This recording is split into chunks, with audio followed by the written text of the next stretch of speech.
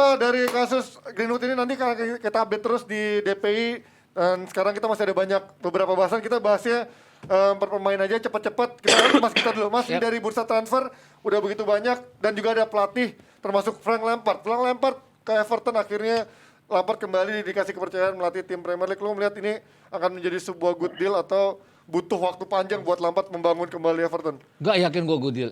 Nggak tahu lah, good deal mungkin ya. Tapi untuk langsung immediately sukses gue nggak yakin. Karena dia dikasih sedemikian banyak uang untuk membangun Chelsea, dia toh nggak justru pas dikasih uang dia malah nggak bisa main pemain-pemain. Dengan pemain pilihan dia loh, dengan harga yang dimiliki, dengan kemampuan yang dimiliki oleh Chelsea. Sekarang kan dia mepet di dekat bursa transfer musim dingin. Jadi artinya ada Van de Beek datang ya. Dan artinya tim ini kan benar-benar bukan pilihan dia. Kalaupun nanti summer mungkin itu pilihan dia. Tapi dengan finansial yang dimiliki Everton, gue nggak yakin dia akan demikian hebatnya untuk bisa membangun Everton. Hebat itu artinya dia setidaknya masuk ke 6 besar atau 7 besar ya. Nggak harus langsung masuk ke Eropa. Tapi lebih dari prestasi Everton sekarang. Nah, Coach Yassin nih gimana Coach? Lu kan termasuk suka sama gaya mainnya Lampard waktu di awal-awal Chelsea dulu. Gimana? Lu melihat dia ke Everton sebuah perkawinan yang bagus atau ya ini akan menjadi sebuah so-so aja? Gue selalu bilang bahwa Lampard ini layak diberi kesempatan lagi. Karena dia masih muda, kedua dia sudah membuktikan di separuh musim pertama pada saat dia masuk bahwa dia bisa bermain bagus. Bahwa ada hal-hal terjadi sehingga dia dipecat, but it happens, itu udah biasa. Ya, Chelsea mah semua juga dipecat, Coach kan. Exactly, that's why, betul. Maka dari itu gue bilang Lampard definitely deserve a second chance. Dan beruntung dia diberikan sekarang kesempatan kedua dan sekarang dia harus membuktikan bahwa dia memang bisa untuk kelola. Contoh kayak Moyes lah. Kan Moyes ancur-ancuran di MU sangat layak dipecat. Di West Ham dapat second chance kan nggak jelek-jelek amat juga. Nah, ya kan? Gimana dengan second chance-nya Van de Beek di bawah Lampard? Menurut lu dia akan bisa bermain di bawah Lampard, Van de Beek? Nah, Van de Beek ini kan gue udah berkali-kali bilang ini pemain bakatnya itu punya visi ya, bakatnya nggak ada, visinya dikit ada. banget. Bakatnya itu dikit banget. Gue rasa suruh juggling aja nggak bisa dia. Cuman visinya memang bagus. That's why kalau lu mau memanfaatkan Van de Beek harus bermain kayak Ajax, yaitu tanpa playmaker dengan dua winger yang melakukan assist, dia mendukung striker. Intinya itu.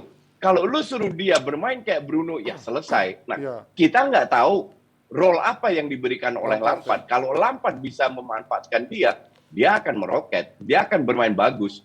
Tapi kalau kayak playmaker diberikan kebebasan ini itu ya selesai juga. Gue kalau udah dengar kata-kata lo meroket, gue langsung bawaannya meroket beneran kayaknya. Tapi 2 tahun lagi. Gimana Mas kita lo melihat Van de Beek di bawah Lampard akan seperti apa kira-kira? Punya kesempatan sih kalau gue bilangnya. Setidaknya Lampard mungkin bisa memoles dia, tapi gue nggak yakin cepat. Artinya ya harus bersabar, bahwa penggemar Everton pun harus bersabar bahwa ini kesempatan bagi Van de Beek. Cuma 6 bulan doang ya. MU maunya balik kan dia musim depan kan. Ya itu dia, kalau dia balik itu yang repot. Kenapa? MU juga nggak dipakai-pakai juga. Benar, Kenapa nggak dia? Kan? Kalau Ten Hag jadi pelatihnya nggak repot kita. Oh iya, tergantung pelatihnya ya. Iyalah. Tapi kalau tadi banyak komentar, masa 40 juta nggak bisa juggling, Coach? 40 juta nggak bisa juggling. Serius, ini pemain bakatnya dikit tapi visinya luar biasa. Oke, dari Lampard juga Van de Beek, kita pindah dikit ke Liverpool yang datengin Diaz Danar. Luis Diaz ya. Luis Diaz. Lo tadi bikin postingan soal Luis Diaz ke Liverpool.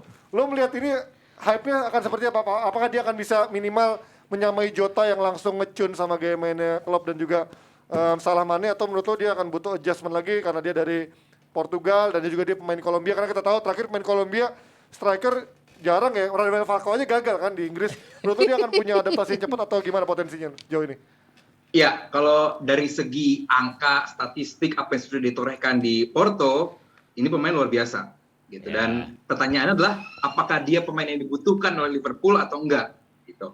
Karena seperti yang kita pernah bahas sebelum-sebelumnya adalah Klopp akan sangat amat sedikit kemungkinannya untuk adjusting the squad atau adjusting the gaya bermainnya gitu. Jadi apakah lalu di manakah Luis Diaz akan bermain? apakah dia akan menggantikan Mane, apakah dia akan bermain bersama Jota dan juga Firmino. Nah ini yang bakal menarik untuk disaksikan bahwa di mana Luis Diaz akan bermain, karena secara materi pemain dia luar biasa. Dia biarpun nggak begitu tinggi 170 something, tapi peluang dia bikin gol lewat udara, bukan peluang, catatan dia gol lewat heading juga lumayan bagus. Assist dia juga luar biasa. Dia termasuk yang top scorer, joint top scorer di Copa America bersama Messi. Buat gue yang akan menarik adalah akan dimainkan di mana Luis Diaz ini, karena kalaupun dia hanya akan dimaksimalkan sebagai midfielder atau flank, gue rasa atribut dia atau skill dia nggak akan terlalu maksimal. Buat gue dia akan dimainkan di posisinya Mane, di mana Mane to be fair emang dari awal musim nggak menunjukkan performa yang seperti tahun-tahun sebelumnya gitu, dimana kalau salahnya lagi bau gitu kasarnya, Mane-nya bisa step up. Nah ini kan enggak, Mane dari awal musim sampai sekarang belum menunjukkan Mane yang kita kenal gitu, dan gua rasa seperti yang namanya ada klub mendatangkan pemain baru di mana ada posisi pemain yang tersebut terisi, ini adalah sebagai pelecut.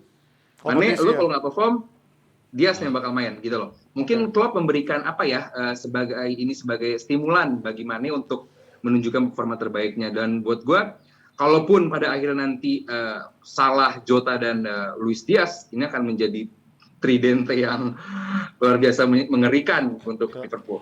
Lan, gimana Lan? Lo sebagai fans Liverpool ngeliat Luis Diaz, apakah ini akan menjadi sebuah pembelian yang ternyata bagus kayak Jota yang bisa langsung ngecun, atau sekedar kayak Takumi Minamino aja, pemain yang gagal gitu?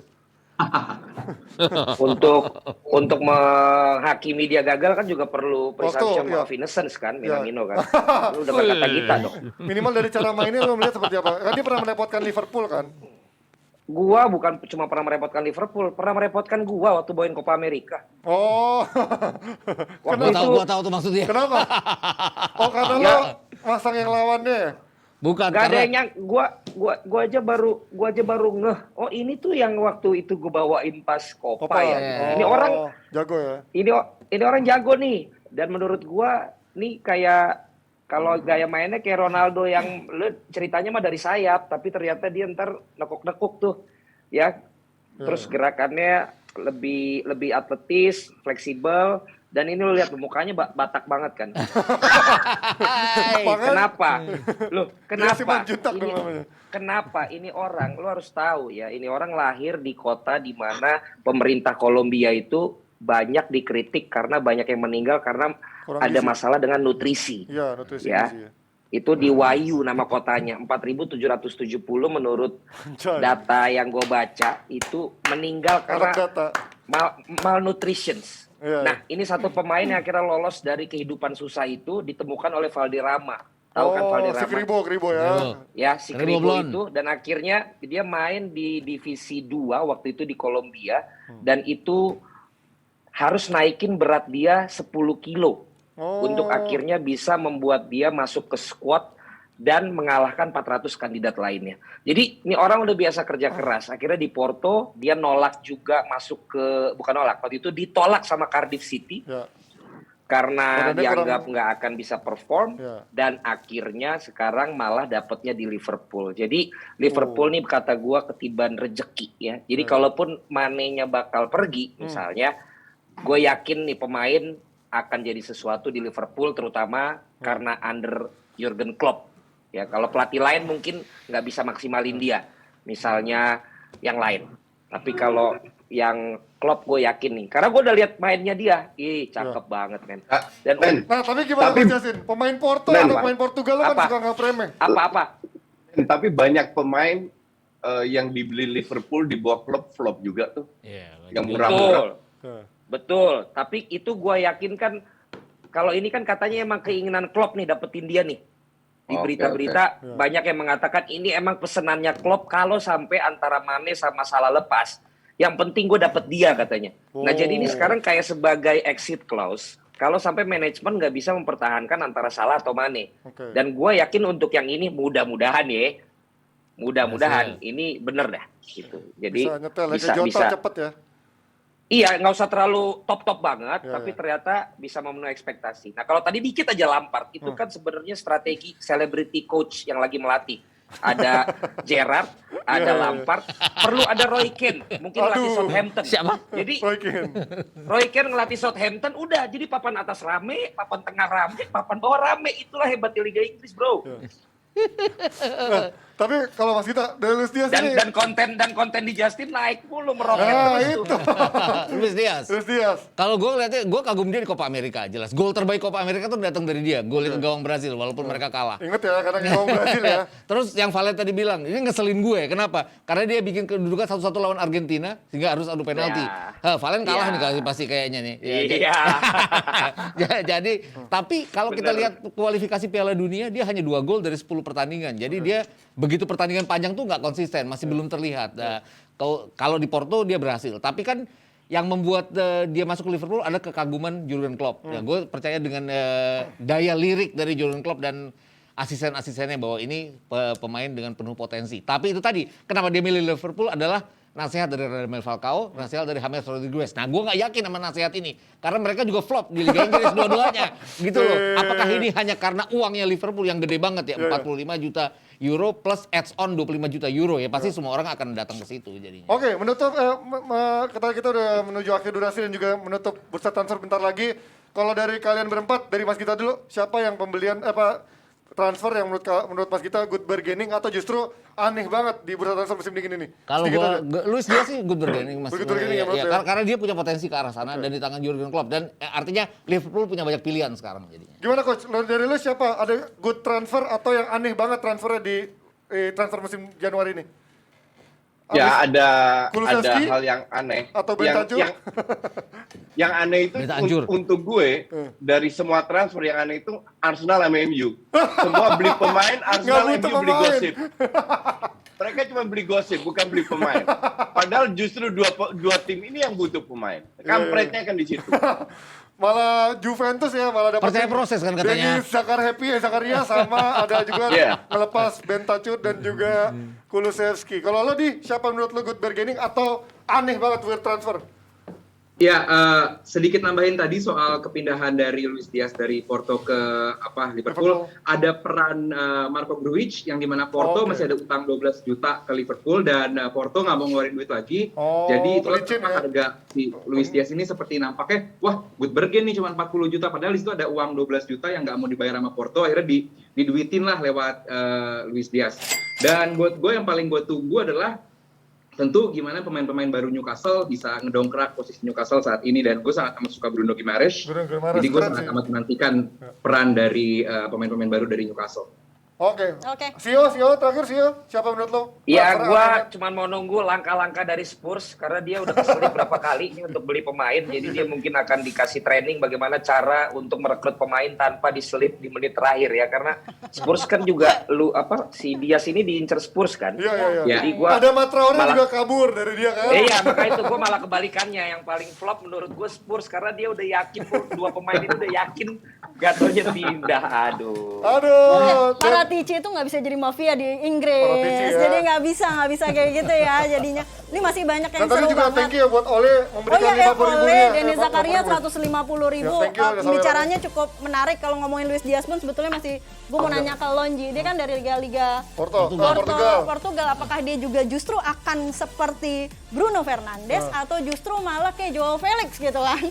Kan masih ada nih, tapi dari umurnya udah cukup matang ya, sematang kalian semua yang tadi banyak komen, thank you banget. Ya komennya juga menarik, banyak yang oke. Terus kecuali yang nggak oke hari ini cuma pullingnya, yang membedakan mana lebih keren, Luis Diaz atau Diaz Danar, emang gila nih Abdal. Thank you Coach Justin yang lagi sakit, tolong jangan ngerokok. Thank you Aldi, thank you dari Inggris. Thank you Sio dari Medan. Thank you semua. Thank you Valen. Thank you. Sehat semua, jaga prokes. Thank you juga Jabra Tim dan juga thank you udah nyawer semuanya. Sampai ketemu di DPI episode selanjutnya hari Rabu besok. Bye bye semuanya.